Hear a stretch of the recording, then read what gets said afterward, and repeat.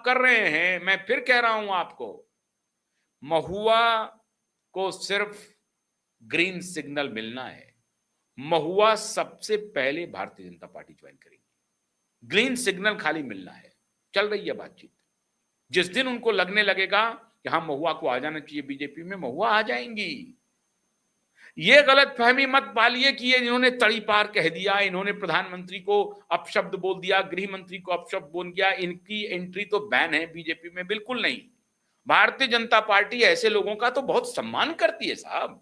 कपिल मिश्रा याद है ना, क्या क्या नहीं बोला था पीएम मोदी के बारे में, लेकिन कपिल मिश्रा गए बीजेपी में।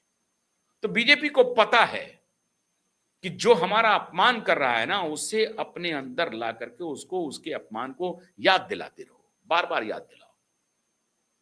तो बीजेपी उसको अनटचेबल मान लेगी, ऐसा बिल्कुल नहीं है। और उदाहरण सुन लीजिए स्मृति ईरानी का।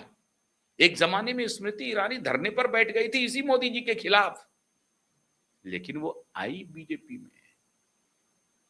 बगावत होकर के शुरू हुआ था, बगावती थी स्मृति ईरानी, आई बीजेपी में। उसी तरीके से महुआ मोइत्रा भी बगावती हैं, अभी गाली गलौज कर रही हैं, अनाप शनाप कुछ बोल रही हैं मोदी और शाह के बारे में। लेकिन जैसे ही मौका मिलेगा, अपॉर्चुन मोमेंट का इंतजार है, और कुछ लुक्रेटिव मिल जाए। ये गाली गलौज भी इसीलिए चल रहा है, ये दिखाने के लिए कि मैं तो तुम्हारे खिलाफ मोर्चा खोले रखूंगी। अरे दो तो सही यार, हम तो इंतजार में बैठे हैं। कुछ तो कॉन्क्रीट बताओ कि क्या मुझे दे रहे हो, कुछ कॉन्क्रीट बताओ, मैं फौरन बदल लूंगी पाला। मेरा कोई दीन ईमान थोड़ी है, कोई दीन ईमान नहीं है। कांग्रेस में मैं आई थी, अब मैं ममता जी के साथ हूं। मेरा कौन सा पब्लिक फॉलोइंग है, आज मैं हट जाऊंगी मुझे 50 वोट नहीं आएंगे। तो मैं तो कॉर्पोरेट घराने की हूं यार, मेरा क्या लेना देना पॉलिटिक्स से दूर दूर तक नहीं है। मैं तो आई हूं किसी के इशारे पर, कोई भला करने के लिए नहीं आई हूं, कोई भारतीय राजनीति के बारे कुछ बड़ा दर्शन लिखने के लिए नहीं आई हूं, कोई पॉलिटिकल थॉट देने के लिए नहीं आई हूं। अब मेरे पास कोई पॉलिटिकल थॉट है भी नहीं, क्योंकि मैं तो जेपी मॉर्गन से आई हूं ना। तो मेरे पास तो इकोनॉमिक थॉट है, मैं इकोनॉमिक थॉट आपको बता सकती हूं। ऑफर का इंतजार कर रही है महुआ, जिस दिन ऑफर आएगा महुआ पलट के आ जाएंगी बीजेपी में। और अगर आप ये बात जाकर के पूछेगा ममता दीदी से कि ममता जी महुआ जी के ऊपर क्या भरोसा है, तो क्या बोलेंगी ममता दीदी?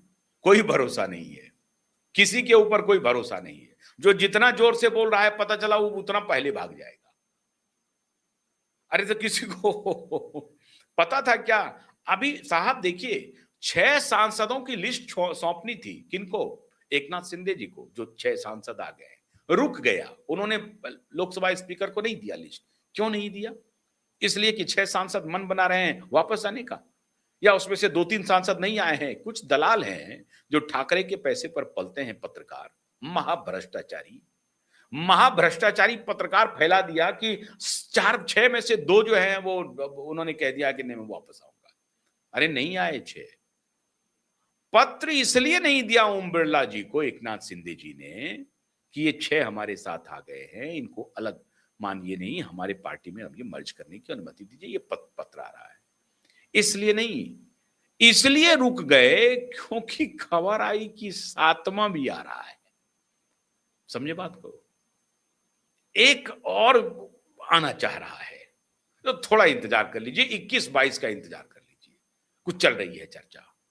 तो 21-22 तक इंतजार कर ले रहे हैं कि 7 का हम लिस्ट दे देंगे आपको, इसलिए इंतजार हो रहा है। इसलिए किस पर कौन करे भरोसा, अब तो खेल खत्म हो गया। इस पूरे टूट को काकोली घोष दस्तीदार तो सामने से थी मित्रों, लेकिन अंदर से बीजेपी में शामिल होने के लिए एक नेता अगर सबसे ज्यादा आकुल थी, आतुर थी, व्याकुल थी, तो वो थी सयोनी घोष। और सयोनी घोष सीधे भारतीय जनता पार्टी के नेताओं के संपर्क में थी, सीधे।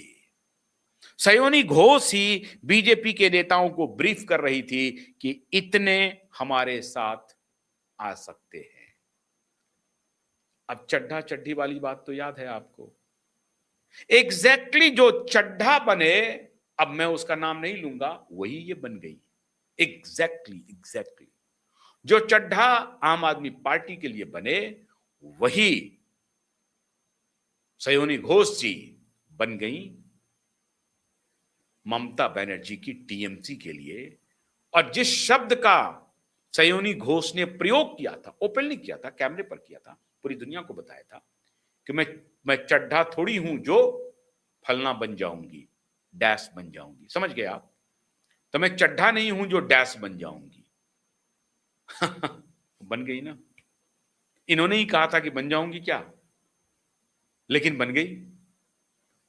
तो जो राजनीति में जो कहा जाता है वो कई बार किया नहीं जाता है, जो नहीं कहा जाता है वो जरूर किया जाता है।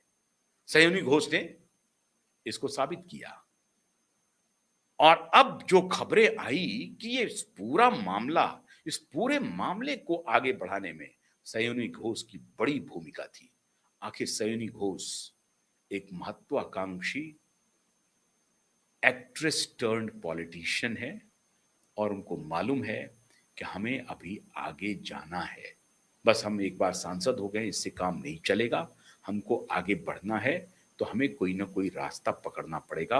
और इसीलिए अपने रास्ते के साथ साथ बड़ा रास्ता ये तलाश रही थी, क्योंकि अपने काउंटर पार्ट को अगर खुश रखना है, उनको संतुष्ट करना है कि yes I am able, I am competent to bring more and more MP in your fold, then they will be happy. Then they will give me much more responsibility and bigger responsibility. So if in future, if she is going to get the big responsibility, तो आप अचंभा मत होइएगा, आपको अचंभित होने की जरूरत नहीं है। बड़ी जिम्मेदारी मिल सकती है इसी 9 और 19 और 20 एमपी के बीच में, और उसके लिए बैटिंग भारतीय जनता पार्टी के नेता करेंगे। बाकी आप समझदार हैं साहब, समझ लीजिए।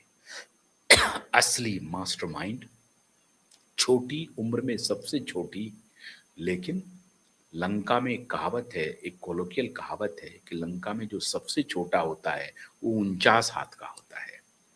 तो ये 49 हाथ की है, जो सबसे छोटा है। अब लालू जी बोलते थे नीतीश जी के पेट में दांत है, अब इनके कहां दांत है भगवान जाने, लेकिन सबसे छोटा लेकिन सबसे खतरनाक पूरे ऑपरेशन को अंजाम दे दिया। असली धुरंधर हैं सयोनी घोष, मास्टरमाइंड। बहुत बहुत शुक्रिया, नमस्कार।